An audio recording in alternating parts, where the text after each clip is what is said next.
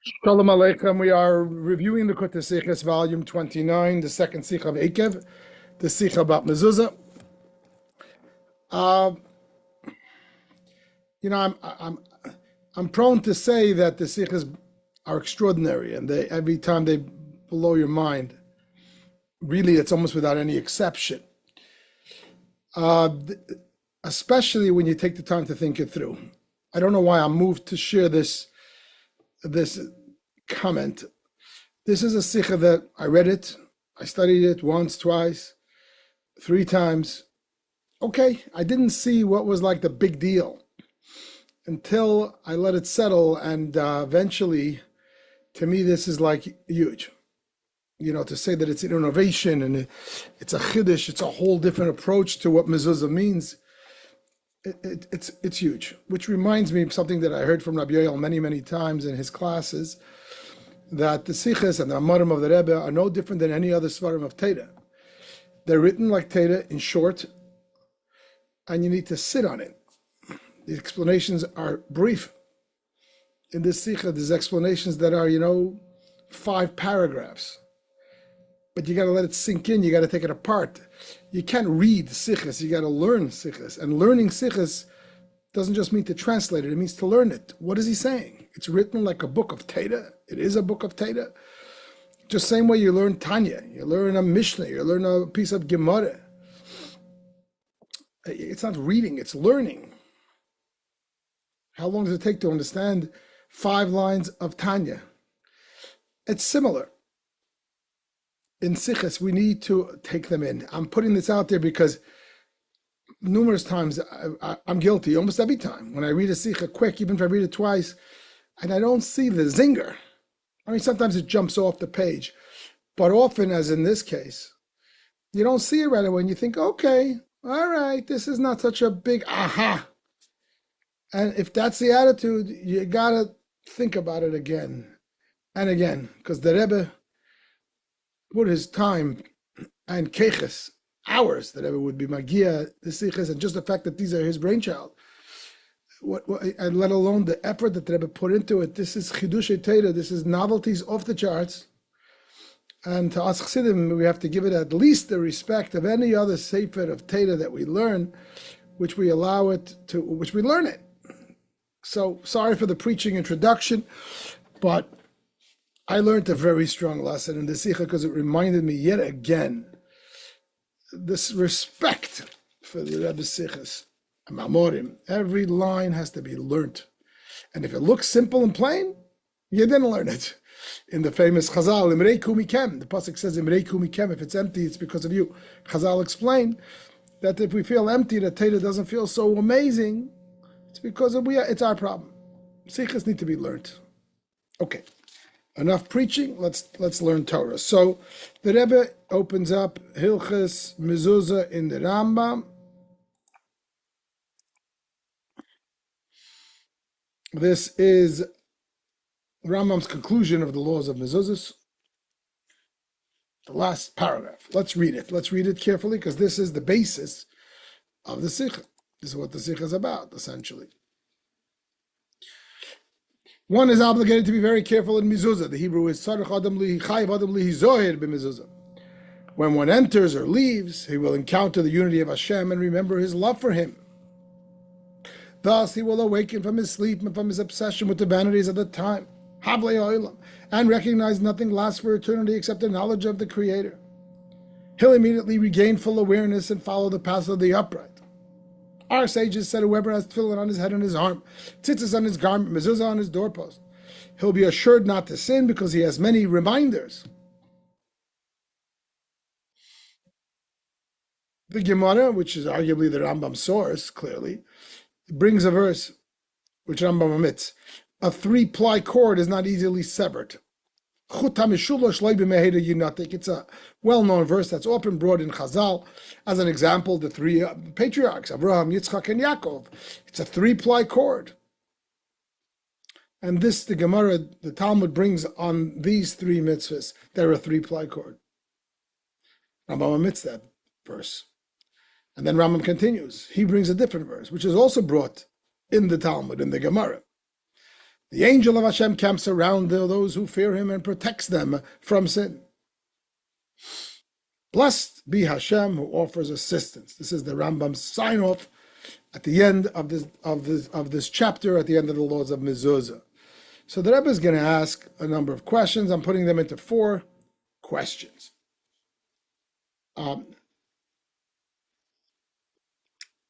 Not necessarily in the order of the way they are in the Sicha, but in the order of the way I think it's easier to comprehend. And the 4 questions, this is like Pesach, is right there on the screen in the bold. First of all, what does it mean one is obligated to be very careful in mezuzah? Why doesn't it say one is obligated to be very careful in the mitzvah of mezuzah? This is not uncommon in Rambam and other places. The Rebbe says, take as a for instance, the halachas, which is going to come very shortly thereafter, the law of tzitzis. The Rambam concludes the laws of tzitzis with a similar statement that one should be very careful with the mitzvah of tzitzis. He doesn't just say one should be careful with tzitzis, with the mitzvah of tzitzis. Why here does he just say be careful in mezuzah? It's very strange. To the Rebbe, it's very important, such a thing. Chayav adam lehizar b'mezuzah. Chayav adam lehizar b'mitzvahs mezuzah. That's question 1. The other question is, the next paragraph Rambam brings from the sages, the early sages, that if you have tefillin and tzitzis and mezuzah, you're never going to sin because you have the 3 reminders. You have many reminders. That's a very nice statement, telling us the importance of tefillin, tzitzis, and mezuzah. It's like summing up all 3, the reminders, the trio of reminders. But why is that here in the section of mezuzah? Either put it, the first time it comes up in the section of tefillin, which was earlier, the prior section, just prior to mezuzah. Or if you decide, no, you want to wait till we finish all 3 and give it as a summary at the end, put it by the laws of tzitzis, which are coming up shortly. But why in the middle? And in fact, in the Gemara, which is the source of the Rambam, right? Much of Rambam comes from the Gemara. It does say this same statement about these 3 reminders, tefillin, tzitzis, and mezuzah. It says it in the section in the Talmud of Menachos with the laws of tzitzis. Why does Rambam put it by mezuzah? Especially, like we said, mezuzah is in the middle. It's nishtaher, nishtahin. It's not here nor there. Either put it by the first time the conversation comes up, which is earlier in tefillin laws, or put it at the end when it's summed up in the end when coming up the laws of tzitzis. But why like right in the middle? Again, and not even in the laws where the Talmud discusses it, which is in tzitzis. That's going to be question number 2. Question 3, which I already mentioned, is why does Rambam omit the verse that the Talmud uses as a proof to this theme? With the 3-ply cord, hinting to the triplicate of the reminders, the 3 reminders in Judaism, namely tzitzis, tefillin, and mezuzah. And the Talmud brings a verse, chutam sholosh levi meheira yinatek, a 3-ply cord is not easily severed. Rambam decides, oops, he omits that verse. Like, why? And he only brings the second verse that the Gemara brings about the angels. And finally, question 4 is going to be, why does Rambam conclude with this last line, blessed is Hashem who offers assistance? This is like a sign-off that Rambam features at the end of an entire section. Depending on which print of the Rambam you go by, this is found either at the end of the books, the 14 volumes of the Rambam, or in some versions, actually at the end of every set of halachas. There's 14 volumes in the Rambam. There's 63 laws, if you will. The laws of Shabbos, the laws of Pesach. You follow the laws of Mikvah. There are 63 sets of laws. And according to some versions of the Rambam, this sign of blessed be Hashem who offers assistance, Brich Rachman Desayon in Aramaic, basically thanking Hashem for allowing us to complete that section. In some, it's found at the end of all 63 laws. But it's never found in the middle of a set of laws. Where we are here is the middle of a set of laws. This is chapter 7 of 10. This section of laws is called Hilchas Tefillin, Mezuzah, v'Sefer Torah. The laws of Tefillin, Mezuzah, and Torah scrolls. We're at the end of chapter 7. We have 3 more chapters to go. Why would Rambam throw this sign off here in the middle? It seems like a mistake. It's the only place in the Rambam where this sign off is found, and not at the end of an entire section of law, but in the middle. And in fact, there are some versions people want to say it's a mistake, etc., etc. I mean, we're dealing with many versions of manuscripts, but the Rebbe wants to assume it's not a mistake. So these become the 4 questions. What I just told you now, I'm going to sum up now in detail, and then the Rebbe, with some attempted answers the Rebbe offers, but he's not satisfied with. Okay, so first, number 1. The first question was, again, we're our 4 questions. We're doing our 4 kashas of Pesach. Number 1, what does it mean? One is obligated to be very careful of mezuzah. Why not the mitzvah of mezuzah? Now, perhaps, this is my style when I give these classes, when I say perhaps, but this is where in the Sicha, where the Rebbe offers a potential explanation to answer the question, but the Rebbe says, no, I don't accept that explanation. The question stands. Perhaps mezuzah is not an obligatory mitzvah unless conditions exist. You see, halacha is that while mezuzah is a mitzvah, but it's a mitzvah that technically is not an obligation.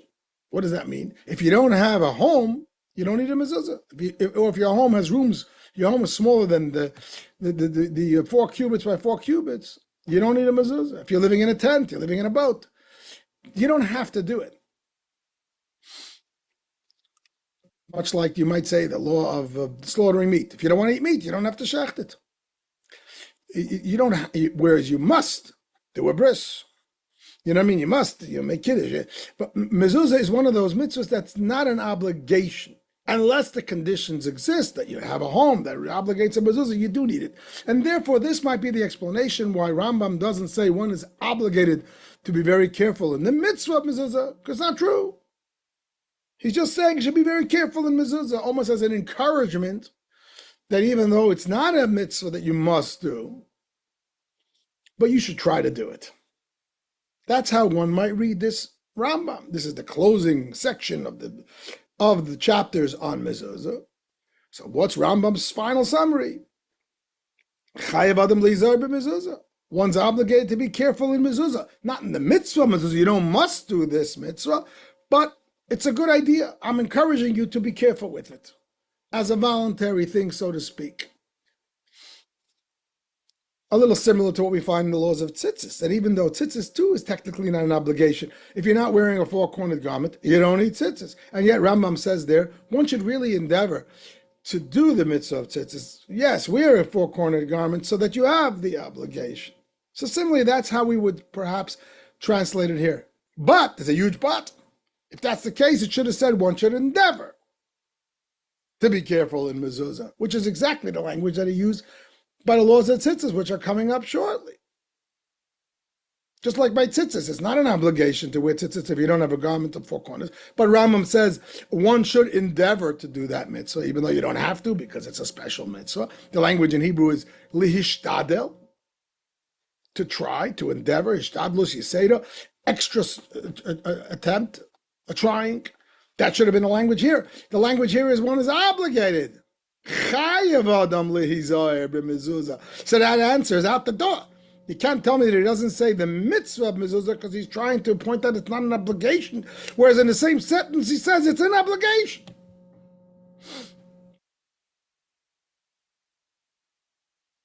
So that's question 1. Question 2.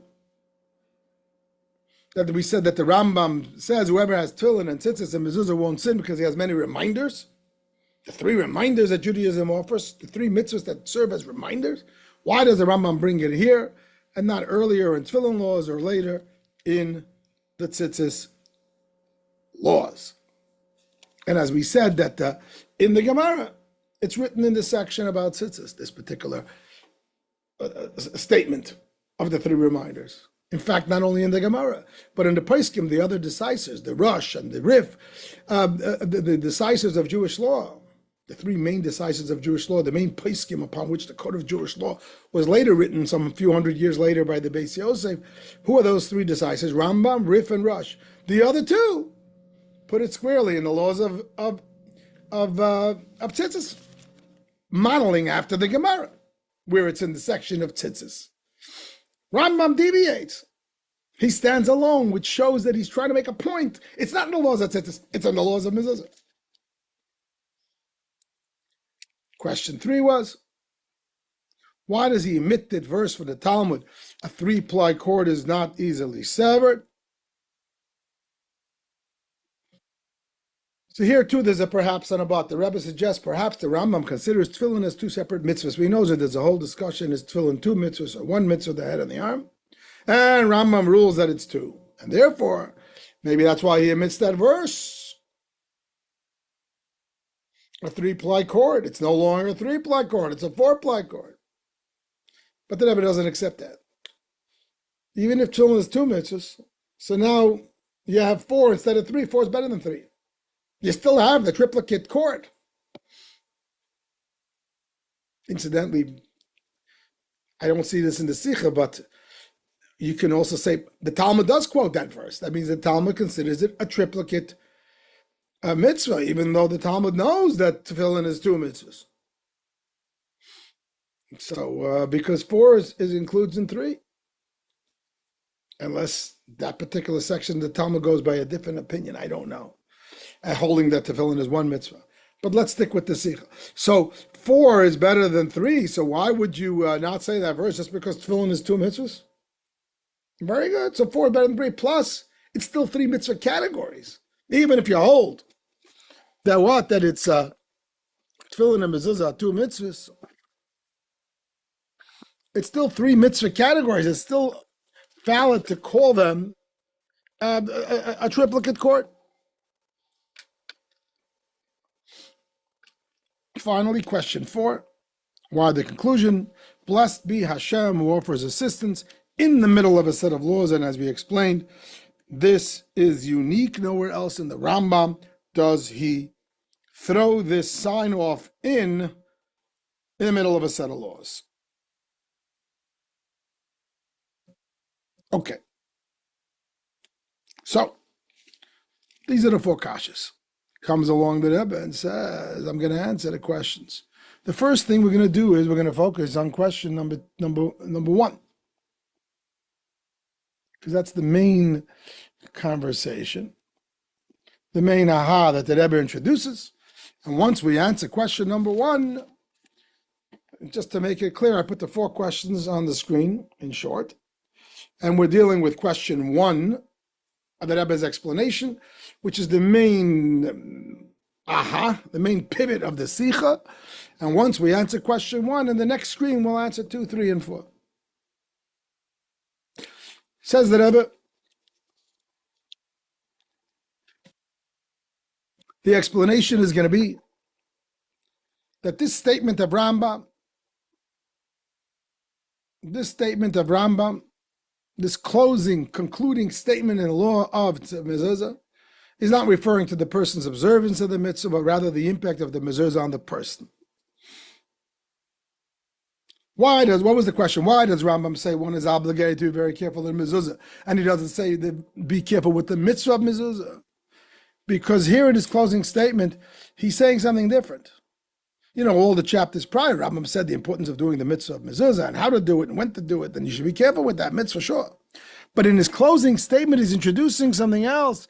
He's not introducing the care you should take in the mitzvah observance of mezuzah. It's something else. You should be careful to allow the mezuzah to impact you, not your observance of the mezuzah, but the mezuzah's impact on you. How so? Because mezuzah has another aspect, besides the regular aspect of every mitzvah, that you should do this mitzvah. Hashem told you should do this mitzvah. There's also a special power that the mezuzah has, that if you have a mezuzah in your house, you're not doing the mitzvah mezuzah. You already did it. You put it on. But just the fact that you see it It reminds you of Hashem, and it reminds you of the oneness, the truth of Hashem, Achdus Hashem, Shema Yisrael Hashem Elokeinu Hashem Echad, that He's the only one and everything else. It reminds you of what life is all about, and it impacts you. That is a very important part of mezuzah, according to Rambam. You can't speak about it as the mitzvah of mezuzah because it's not about something you have to do. The observance of the mitzvah is by putting it on the wall. And in some way, the mitzvah is constant while it's on the wall. But there's an aspect of the impact of mezuzah, not the mitzvah of mezuzah, which denotes the instructions to the person. But there's an aspect of the impact of mezuzah on the person, as separate and apart from the mitzvah of mezuzah. Hence, he admits the word mitzvah. And what is that impact? I said, you walk in and out, you'll see it. It'll remind you. It'll keep you it's like a mashpia. It's having your own coach, your own spiritual guide at every door. It's not about the mitzvah. It's about Hashem giving you a helper. You have a built-in helper by every door. That's how the Rebbe reads this Rambam, this closing section of the Rambam. And therefore, now let's reread the Rambam, you see. Rambam says one is obligated to be very careful in mezuzah, not in the mitzvah mezuzah. And Rambam says that this is something that you're going to remember every time you enter and you leave. If he's speaking about the mitzvah of mezuzah, that's not every time you enter and you leave. The actual fulfillment of that mitzvah, the action of the mitzvah, the actionable part of the mitzvah is done once when you affix it. Conversely, the continuation of the mitzvah, as the Rebbe calls it, is 24/7. Not only when you walk in and out, if you're overseas. The mezuzah in your home is a mitzvah every single moment, just by the fact that it's up there. So what aspect of the mitzvah of mezuzah is kicked in, is activated when you enter and you exit? Something else. Not the mitzvah of mezuzah, but the impact of mezuzah. And that's why Rambam writes it in this language. And now the Rambam is explaining what he's saying. What is this impact of mezuzah? He explains it in great detail. When you encounter the unity of Hashem and you remember your love for Him, and it awakens you from your sleep and the obsession of the vanities, and there's nothing more important than Hashem, and you regain your awareness and you follow the right path. All of this is exactly what you should be careful with. Be careful not to miss that message. Not be careful to make sure you have a kosher mezuzah on your door, of course. That's part of the laws earlier. Be careful in the non-mitzvah aspect of mezuzah. In the part of mezuzah that's not about constructing you to do something. It's about reminding you that the mezuzah is giving you something. Every time you walk in and out of the house or out of a room, be careful to look at the mezuzah and take its message. And what's this message?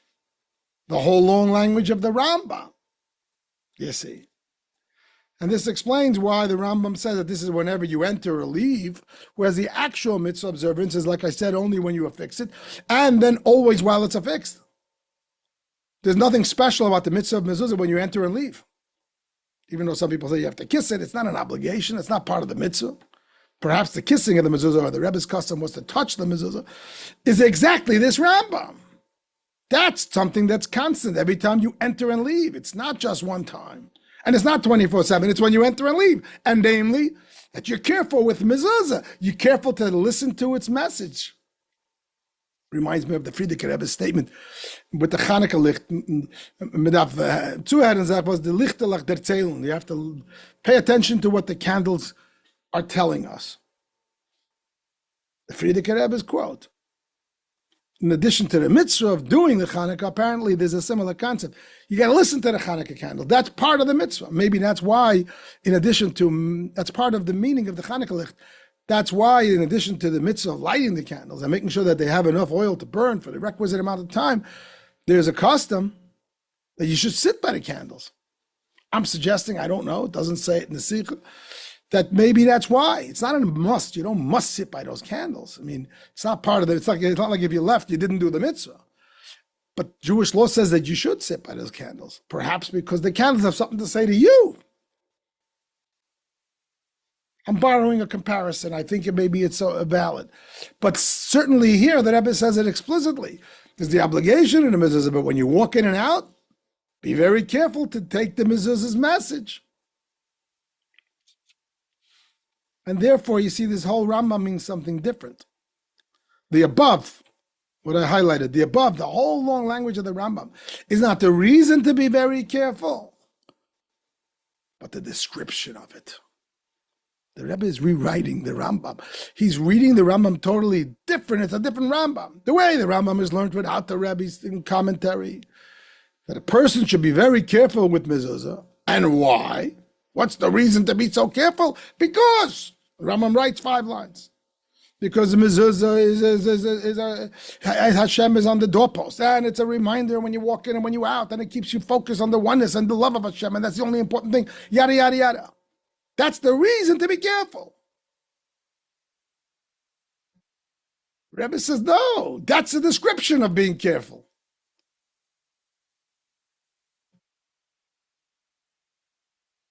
So we answered question 1, and we gave a whole new approach to the mitzvah of mezuzah. In addition to the act of the mitzvah, there's an impact from the actual physical mezuzah just by being there, even when you're not doing the mitzvah.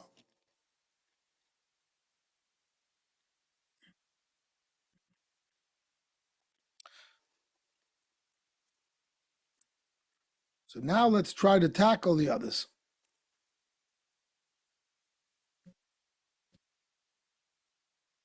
Let's try to tackle the others. I want to just point out what a mind-blowing thing this is.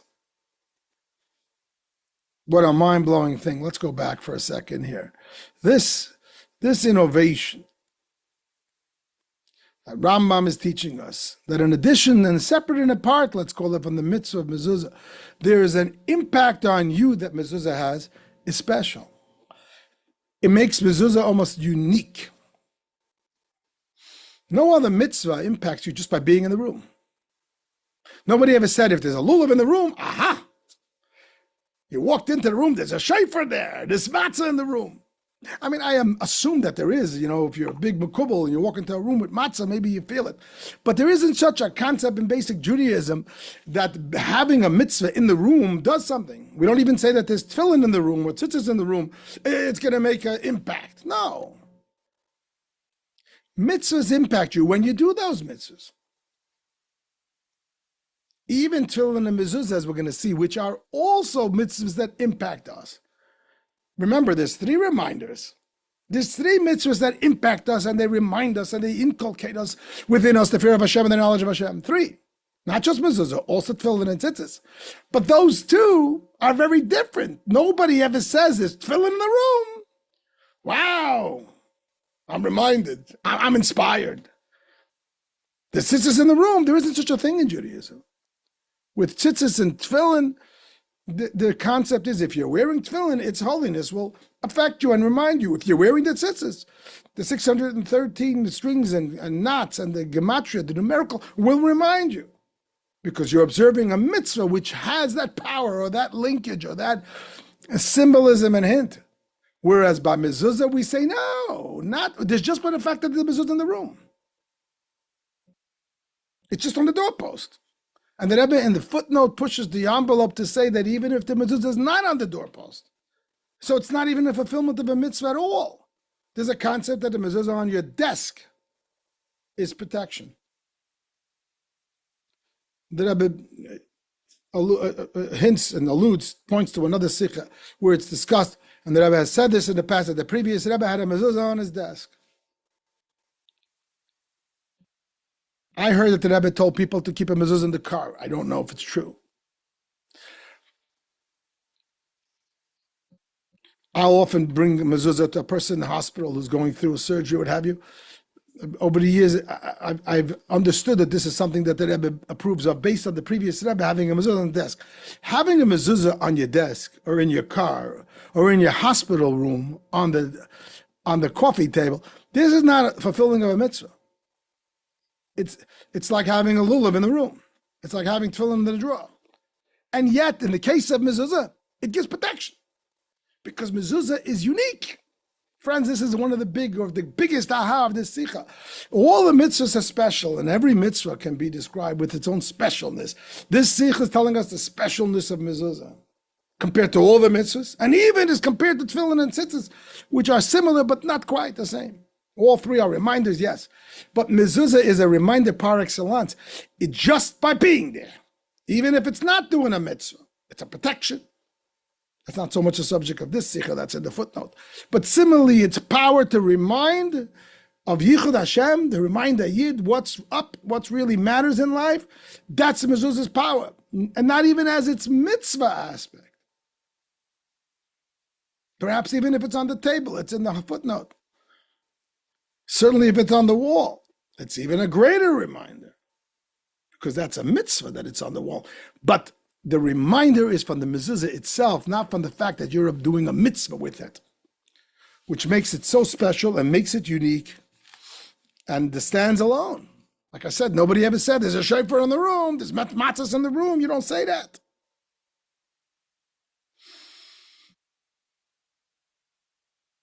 So now we'll understand. Now we'll start answering the other questions. Okay, we had 4 kashas. So far, we only answered question 1. You see Rebbe's explanation on question 1, we just said it.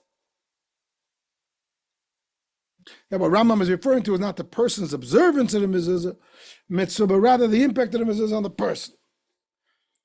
So now we're going to answer question 2. Question 2 was, why did Rambam choose to give that famous chazal, that famous teaching of our sages, that these triplicate reminders, tefillin, tzitzis, and mezuzah, are so powerful that they remind you about the mitzvahs that you won't sin? Why does he bring it in the laws of mezuzah and not in the laws of tzitzis later, like the Gemara does, and like the other poskim, halachic decisors do?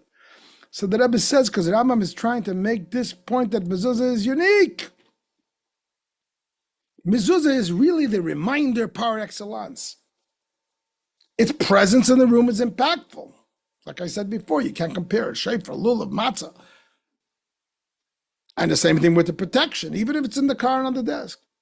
And therefore, the mezuzah becomes the main reminder, although, in full disclosure, there are 3 reminders. There are 3 mitzvahs that it is said that they will remind you. It says by tefillin, the language, lizikorin beinei necha, a reminder. And by tzitzis, it certainly says, laman tizkiru, you should remember. There's 3 reminders. But the main reminder, the one that really has the essence of reminder, which is why this general statement summing up all 3 is in mezuzah law by Rambam, not in the tzitzis laws, is because this is the main reminder. What makes it a main reminder, as we said? Because the mezuzah itself is a reminder, not even the mitzvah of it. Not even when you do the mitzvah of mezuzah, as we said, whereas tefillin and tzitzis, as the Rebbe explains in detail, the tefillin gives you that that zetz of inspiration because of its holiness. Holiness is only experienced when you're wearing it. The tefillin is always holy, but the holiness is only experienced by me when I'm wearing the tefillin. And the same thing tzitzis, that the language is that the 613 between the strings and the knots and the gematria and the numerical of the word tzitzis, it totals 613, and therefore when a yid wears the tzitzis and does that mitzvah, they're surrounded with the 613 mitzvahs. But this is, both of them represent only when I'm wearing it, when I'm doing it. Mezuzah, just the fact that it's there, as we said before, in great detail. So it's very special. And therefore Rambam brings this in the section of mezuzah. He deviates on the Talmud. He does it different than the Rif, who preceded him. And of course the Rosh, which came later. And the Rebbe says in the footnote, because it's curious, why? So Rambam is deviating from the Gemara, which is classic oral Torah. He has to have a source. The Gemara brings the concept that mezuzah, that the mezuzah, tefillin, and tzitzis are a triplicate reminder in the section of tzitzis. Rambam deviates from the Gemara and he brings it in the section of mezuzah. Like, what's his source? So the Rebbe says in a footnote that the source is the Zohar. The Zohar, like the Gemara, is classic Judaism. And the Zohar explains, the Zohar says a lot of the wording that the Rambam says in this halacha, that it reminds you and it inspires you, and you see the yichud of Hashem, and etc., and it sets you in the straight and narrow. The Zohar says almost the same thing in Aramaic. So the Rambam, you might say, is quoting the Zohar, which parenthetically, the Rebbe many times maintained that Rambam, even though he presented himself as philosophical and halachic, but the Rambam knew Kabbalah, and a lot of Kabbalah is intertwined in his works, including his halachic works, and this is a perfect example. Whereas the Gemara emphasizes that what is the main reminder? Tzitzis. Because halachically, that's what it says. Laman tiskiru is by tzitzis. And perhaps tefillin and mezuzah are an extension of tzitzis in that sense. The Rambam brings the main reminder, no, in mezuzah. Because he's quoting the Zohar. And the Zohar doesn't speak so much about the technicality, which one is reminding me most, but the message of the reminder, not as a mitzvah, as we said earlier, but the impact that it has on me. A little bit, I'm just adding a little bit that perhaps, maybe, that this is the Kabbalistic contribution to halachic observance of Yiddishkeit, that it wants to change the person. And this is a very Kabbalistic, if you will, Rambam. It sources the Zayar. Don't just do the mitzvah, let the mitzvah do you. Famous story of the Alter Rebbe, don't tell me what you learned, tell me how the Torah learned you. And this is, the Rambam chooses that this should be his summary in Hilchos Mezuzah to make this point of the impact that Mezuzah has on me, and not just the observance. And because Mezuzah ultimately is the main reminder, so to revisit, so question 2 is answered. Mezuzah is the main reminder, and therefore, where does Rambam bring the teaching of the triplicate reminders, this classic teaching? He brings it in the laws of Mezuzah, because that's the main reminder. Mezuzah serves as a reminder. Tzitzis and tefillin are mitzvahs, which will also remind you. But mezuzah, without the mitzvah, just the mezuzah, as I said, even on your desk, is a reminder. That's the main reminder. The other two are sort of coming along for the ride, but they're not as much. This also answers question 3. Why does Rambam omit the verse from the Gemara? You see, the Rebbe is showing how powerful his presentation is, his approach is, because you see, Rambam omits. It's very strange. The Gemara brings 2 verses, and Rambam omits 1. Oops. Because it's not appropriate to emphasize the impact of the triplicate 3-ply cord when we're not talking about something that all 3 mitzvahs have in common. Rambam's approach, he's using the Zohar approach here. He's, of course, not disagreeing with the Gemara, that there's also an aspect of the 3 mitzvahs. But he's choosing here to take the Zohar's approach, not about the 3 mitzvahs, but about mezuzah, not as a mitzvah, but as an impact. And therefore, it's not summed up as the 3. It's really mezuzah. And the other 2, in some lesser level, also have it. So he omits that verse just to make that point. I mean, this is perfection. And finally, question 4. This is fantastic. The Rambam throws in Barich Rachmana Desayim. Blessed is the one who offers assistance, thanking Hashem. And the question was, what is this doing here, right? This is usually at the end of a set of laws, and this is the only singular exception in the entire book of Rambam. It's 1,000 chapters, 63 halachas, 14 books. The only place where he throws in this sign-off, Barich Rachmana Desayim, blessed is the one, Hashem, who offers assistance, not at the end of a book or the end of a halacha, but just at the end of a chapter. And it looks like an oops, as some people maintain. The Rebbe says it's not an oops at all. It fits in because it's the end of the section of mezuzah, even though it's not an end of an entire section of laws, as explained earlier. But the Rebbe says Rambam is hinting that what is the real assistance? The mezuzah. Mezuzah represents an assistance. And that's why Rambam throws in that verse. It's not just as is custom to sign off every section with thank you Hashem that I finished this section. Thank you Hashem for giving me the assistance that you give me in life to remain a yid, to stay focused, not to get lost in the vanity of the time, etc., etc., as the Rambam goes on. And how did you give me that assistance? Primarily, mezuzah. Extraordinary. Mezuzah is the main assistant. And here the Rebbe gives 2 approaches. Approach 1, why is mezuzah the main assistant? Because mezuzah, and let's compare it to the other 2 assistants, tefillin and tzitzis. They're also assistants. They're also reminding us to be good Jews and not to forget Hashem. But the mezuzah is the main assistant. By the way, the Rambam begins because mezuzah is an obligation on all. It's interesting because tefillin is an obligation only on half the Jewish people, the men. Ditto that with tzitzis. So maybe part of what the Rambam is saying as well, mezuzah is obligation to everybody. But coming back here, so the Rebbe says, let me explain to you why mezuzah is an assistant, and tefillin and tzitzis is not really an assistant. What does an assistant mean? This is approach one. An assistant means an outside assistant, like your coach. Tefillin and tzitzis assist you, because when you do those mitzvahs, it's going to elevate you, it's going to inspire you, so you'll be good. But it's not an assistant that on the outside. The example that I'm thinking of is, people have a business coach or a life coach, but let's assume a business coach. I want to be successful in business. I want to be helped. I want to be inspired to grow my business to the next level, what have you. So I have a business coach. The definition of a business coach is an outside person, an outside entity that coaches me, that helps me.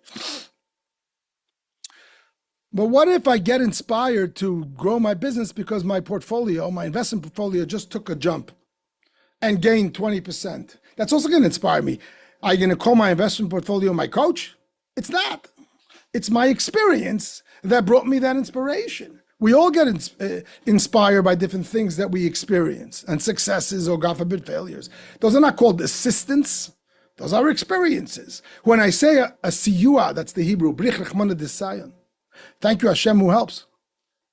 In the analogy I'm using, a coach, something that's not something that I'm doing, not something that I'm experiencing. It's outside of me, and it is assisting me to be a better yid. That's the mezuzah. Because again, the mezuzah is the only one of the three, and certainly the only one in the 613, which stands outside of you. It's sitting on the table, or it's on the door, but it's not something you're doing now to mitzvah. It's just there. The mezuzah does it for you. It's an assistant. It keeps you inspired. It's your coach. It's your mashpia. It's your personal asay l'chorav. I don't know. Tefillin and tzitzis is your coach.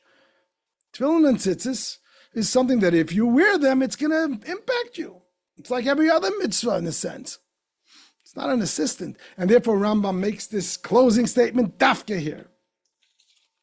And then the Rebbe says at the end of the Sicha, even another approach. And this approach is that the definition of assistance, you see, assistance means, on the one hand, you're not doing it all for me. You're assisting me. You're inspiring me. If you're doing it all, then you're not an assistant. And that's actually cheap, because then I'm not the one doing it. Conversely, so if you're doing it all, it doesn't count. It's not an assistant. Conversely, if you're just like reminding me, but you're not inspiring me, you're not assisting me either. And that's how tefillin and tzitzis would be. Tefillin actualizes the reminder. If you wear tefillin, you're automatically going to be reminded because of the kedusha of it. It's not called an assistant. It does it for you. It's a magic pill. Conversely, tzitzis, because it hints to the mitzvahs, so if it hints, and if you count the tzitzis and the string and the gematria, it'll remind you. But it doesn't really help you. It doesn't. It's like a bookmark. It doesn't inspire you. It's not your coach. Mezuzah is right in the middle. So tefillin is one extreme. It does too much for you. It's not called a helper. It's doing it all for you. That's nice, but that's not what we're looking for. We're looking for the yid to do it himself. Conversely, tzitzis, it reminds you, but it's giving you a hint. It's like a nudnik reminder, but it's not really inspiring you. Mezuzah, on the one hand, it doesn't do it for you. On the other hand, it absolutely does inspire you. Because of all the things Rambam says, you're seeing the name of Hashem right there. Forget about it. It reminds you of the truth. I want to just give clarity between the difference between these two approaches that the Rebbe gives in the Sicha, you see. He gives two approaches. Why Rambam uses the word helper, brich rachman desayin. Blessed is Hashem who offers assistance only for the mitzvah of mezuzah. So the Rebbe gives two approaches, and they're different angles. The language the Rebbe uses that the second one is bo'imek yoseh, deeper. But also, just for clarity, it's a different angle. The first approach is defining what assistant means. Assistant means an outside coach, an outside assistant. Not like tefillin and tzitzis, which it helps me because I experienced that inspiration. Defining assistant. The second approach is defining assistance. Not defining assistant. Defining assistance. What does it mean, assistance? What does it mean that I am being assisted? In terms of my impact on me. Assistance means On the one hand, you're not doing the whole thing for me. You're just assisting me to do it. On the other hand, you're not just a nudnik telling me something that's not going to really move me. You're actually assisting me to move myself. So it's a whole different answer. And this answers question number 4. The Sicha is huge and fundamental. And the takeaways, if I can, I think there's tremendous takeaways. So takeaway number 1, that the Sicha is pointing out that the concept of Messiah, of a helper, this is very much in line with the teachings of Chabad, that the Chassid has to do his own work. That the Polish, the other Hasidic groups, their approach is Tzaddik B'Minasi, Yechaya, that the righteous person, he inspires you just because of his own emunah. In Chabad, we don't say that. He has to be Mechaya you. You have to do your own work. And the Rebbe said in his first Fabrengen, when he accepted the leadership, that, in Chabad we know you have to do your own, not to rely on the Rabbeim. The Rabbeim are huge, they are everything. But their thing is that we want you to be a Yid, we want you to know Hashem. And therefore they teach, they inspire, they give us the neshama, etc. But always in a way that we get to do it. It has to be what's called Avodah B'Keach Atzmai, which is so central in the teachings of Chabad. And this Sicha brings in home very, very strong that mezuzah, and the Rebbe is celebrating mezuzah in an extraordinary way. And my humble opinion is because it's very much the Chabad message. I'm going to inspire you. I'm going to help you at every second. That's what the Rebbe does. By every time you come in and out, you think of the Rebbe. In a Hasidic home, you have also mezuzah, you have also a picture of the Rebbe there. Because it helps you. It taka helps you. But it helps you do it. It doesn't do it for you. That's not Chabad. Then you're not elevated. Then the Rebbe doesn't have a Chassid. You're just trying to tag along. You're not what he wants you to be. Notice the Chabad connection also by the end of the Sicha. When the Rebbe finishes the Sicha, and this is in bold in the Sicha, quoting Rambam, that when he goes in and out, he sees Yichud Hashem. This is the fundamentals of Chabad Hasidus. V'yeda, look at the last lines of the Sicha. He uses the words of Das, which is the fundamental of Chabad, that it's not about the mitzvah of knowing Hashem, is not faith alone, but it's Yediyah, knowledge. Knowledge means I know. Emunah means my neshama has emunah. Yediyah means I know, me as a person. And that's a very fundamental thing. Look at the closing paragraphs of the Sicha. V'yeda, he will know that there is a truth. And it's chay that it permeates. Ledaita, he will stay in his mind. Because this is Chabad, this is Pnimius, permeating the person and making him be who he can be. So this is, I think, one of the important fundamentals of the Sicha. And connected to this also is the fact that Rebbe says at the end of the Sicha, this takeaway is clear in the Sicha, that mezuzah represents the impact on us on the outside, when we're going out to the world. Tefillin and tzitzis are mitzvahs. They represent the Jew's spiritual life, his inside, if you will, his davening and learning, his holiness, before he's involved with Gashmias and the outside world and distractions. Mezuzah is by the door, which represents, I'm going out. Daily life, work, Gashmi is physicality, and the mezuzah is able to inspire you even in that space, which is obviously a greater accomplishment. That even in that space, in the physical, it's able to be a reminder, and therefore it's a greater impact. And clearly, the Rebbe's and Chassidus' impact, that we're not happy just with holy things being holy, but dira b'tachtonim means that mundane things are holy. The mezuzah represents that. You're going out the door. You're going to live a holy life in the out-the-door reality. So that's takeaway number 2. And I want to connect it perhaps with takeaway number 3. I'm suggesting that the essence of the Sicha is that there's a physical thing that in itself impacts us even while it's not doing a mitzvah. So that's like a bridge between mitzvahs and the concept that daily life is holy. Find Hashem in your daily work, which is so fundamental to the way that Rebbe taught us, which is the way the world will be Mashiach comes. The whole world is Holocaust. Is Hashem.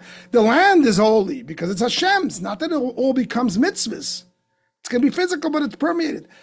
Perhaps the bridge between those two is mezuzah. It's a mitzvah, but it's a mitzvah that even when it's not serving as a mitzvah, just the objectifying of it, it's sitting on the desk, or it's on the doorpost, but it's not like you're doing the mitzvah. It itself has impact. And therefore, it's at the door going out. As the Rebbe says at the end of the Sicha, which is very much related to the theme of the whole physical reality being made holy. So I don't think it's such a stretch to say that that's what the Rebbe is trying to say. And all of those three brings to a fourth point I said earlier. Okay, just one again, what are the three takeaways? Number one is Chabad is that the Rebbe and the Rabbeim and Yiddishkeit helps a Yid, but the Yid has to do the job himself. Connects to number two, that this is an impact in my physical reality, because that's part of the same thing. Why does the Yid have to impact himself? Because I got to be fixed. Not just be a mirror reflection of the tzaddik. Similarly, I have to impact my physical life on the outside world, which is related to point number three, that the physical object of a mezuzah, just being in the room, it impacts the room. It's a taste of Mashiach when everything physical will be filled with the knowledge of Hashem, which connects to point four, which I mentioned earlier, that the Rebbe's closing words in the Sicha is the emphasis of Yeda, that Hashem wants that we should know that there's a God, which is the Chabad message, which is related to all of those three. I have to know it, because I am a physical being. My physical brain, not just my neshama, should know it, or the Rebbe should know it. Me, little human, should know it and internalize it, which is the concept of Chabad. And the Rebbe says here, the language is that he knows it, and wirken, sei es chire, da wirken ad pe'ula pnimis. The remembrance, the reminder, impacts him in an internal way, which is Chabad. He's going outside. So what? He knows there's a God. That doesn't matter that there's an outside world. He knows. And therefore, the theme of Dira B'Tachtoinim and Avedis Hatachten, Aved B'Keach Atzma, etc., so central to Chabad, is very much brought out in the Sicha. All in all, it's extraordinary and very central, I think, to the Rebbe's message.